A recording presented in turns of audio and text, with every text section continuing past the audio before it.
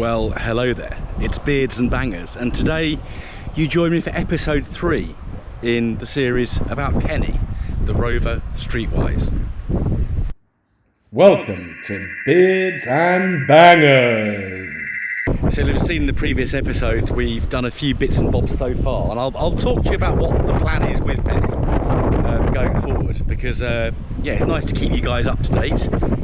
So what have we done so far? Well, if we just spin you around, quick recap, we have got SDI injectors, so the more powerful injectors from the Rover 400 and 200. We've got an EGR delete, we've got a slightly modified catalytic converter, I think I can safely put it that way, and we've got addendum alloys, well, even though they're not part of the tuning, they're there for appearance. So let's shut the door to make Penny look a bit more attractive. But yeah, so here's Penny wearing her addendum alloys. The original wheels are still here. I don't know what I'm going to do with those yet. Yeah, plan is with the wheels to get the tyres off, get them refurbed at some point, and then yeah, we'll get some new tyres on as well, because they're a bit ropey. Of course, in addition to the injectors, EGR, CAT, an ECU, which we'll come on to in a moment, we've got a Speed exhaust, which looks rather nice in oval. I'll get right down there so you can see it properly. Yeah, I do like oval tipped exhaust. They are quite pleasant, I think, on the eye. But of course, we've done something else, and that is we've put a new ECU in. You'll notice here that the mass airflow sensor cable or plug isn't plugged in, and that's because it's a MAF-less ECU. Yeah, so what the MAF plug does is it acts as a switch. So with the MAF unplugged, the ECU, haven't rolling roaded it yet, so we're not exactly sure what the power is, but it should be around the 160 brake horsepower mark. So that's quite an uplift. If you think the stock power on these is 101 brake horse with 240 newtons meters of torque. It's now putting out 160. That's a serious upgrade in power. The other thing, what we can do is we can actually plug the MAF back in. So if we just go back down here, we can plug this back in, and then we're putting out about 130 brake horsepower. So I don't know, if we're going cruising on the motorway, for example, we probably want more economy. We don't need that power quite so much. Well, these are such torquey engines anyway, they've got plenty of pull, even in their standard tune, but just with this extra bit of a boost, they really are quite good. Now, I've got a couple of bits to do. We need to adjust the boost pressure at some point, because the car is a little bit smoky. We're going to go out in a minute and take her for a drive, of course. But yeah, I'm going to jump in the car because it's blowing an absolute gale. I don't know who Gail is, but she's very nice, I'm sure. Yeah, and we're just going to talk a bit more about the next phase. So next job to do, so we're still focusing on the engine for now.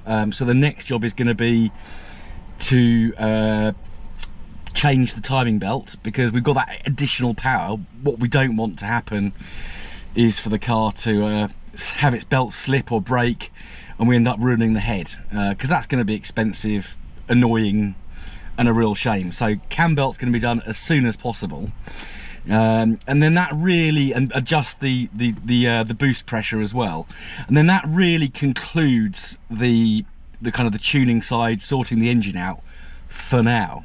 And then phase 2, so phase 2 of Penny is going to be sorting out the bodywork. So we've got the dent in the front offside wing, we've got a bit of rust to deal with as well, front near side wing, sorry, the dent, got a bit of rust to deal with on the front offside wing, bit of rust on the door to deal with, we've got the roof to look at, we've got the headlining to sort out, we've got a seat to repair, we need to try and get some new dash vents as well, because these are, as a typical Rover R3 facelift dash, brittle as anything, you know, the vents are completely gone, so we've got no directional control of our lovely air-conditioned air.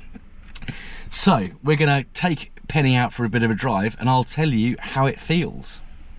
Right, so I'll take her out for a gentle cruise. Now, the last video, episode 2, you saw me driving the car with just the injectors changed and the EGR and the CAT, and that was making a huge difference. We're getting wheel spin, we were getting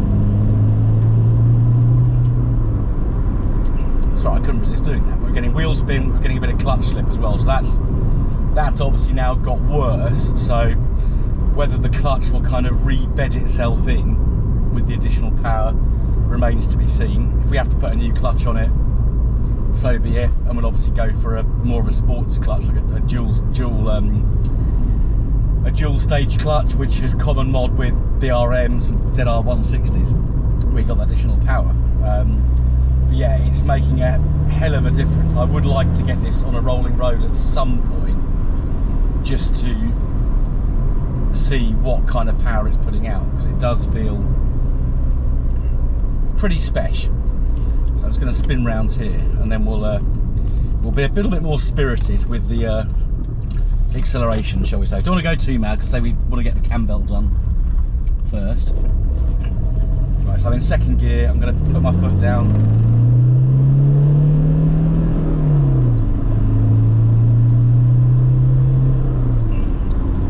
Up at 50 in second. No effort at all. Getting a bit of vibration. I think that's probably the addendums that need a bit of attention. Not helping there.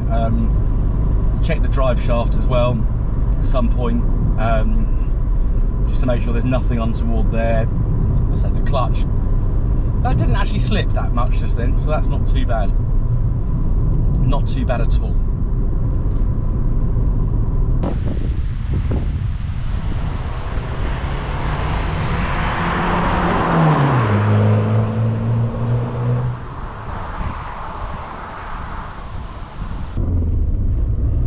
So you've just seen in those clips that when you put your foot down, it does smoke. It's got a bit of a smoking problem. So just talking to Austin and Chasley, it's a question of adjusting the boost pressure, just so we've got a bit more air to consume that fuel, and that will hopefully mean it's a little bit less smoky. Because what we don't want to be doing is getting pulled over by the police every 5 minutes, and then we start questioning things about the EGR and the cat.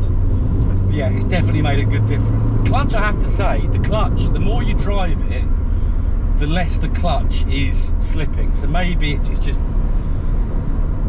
taking a bit of bedding in. But yeah, the other job we're going to do, and I forgot to mention this earlier, is to change the rear hubs to MG ZR160 hubs, just to give it a little bit more brake power. Because of course, this being a Streetwise, it's got drums at the rear, which need a little bit more stopping power. Because it is a much quicker car now, we're talking the same power levels as a stock MG ZR160. So those of you who know those cars will know they're pretty powerful beasties. And we'll probably also put vented discs on the front as well, just so it keeps them a bit cooler. Then hopefully we'll have a decent setup. So yeah, so that's another job that's going to be done as soon as we can find some MG ZR hubs, to be honest. But please keep checking back. The next episode you'll see on this car will be tackling the bodywork. I'm not quite sure when that'll be, so it may be a few weeks before we have another video on Penny. Obviously I'm not going to be taking her any road trips until the cam belt's done. So we'll try and bring you some footage of that as well. You've all seen videos on changing the cam belt on a K series, but there's not much out there on the L series. And one thing I'm really keen to stress, just because this is a Rover Streetwise doesn't mean this content doesn't apply to other cars. So of course we find the L series engine in the Rover 225 ZR, 445 ZS, along with some of the Freelancers as well. So if any of you have got any of those cars, then this series applies to you as well, if you're looking to get more power out of your engine. For now, thank you for watching. Don't forget to hit like, subscribe, share, join, all that kind of stuff. And I'll see you again very soon on the next episode of Beards and Bangers. Goodbye.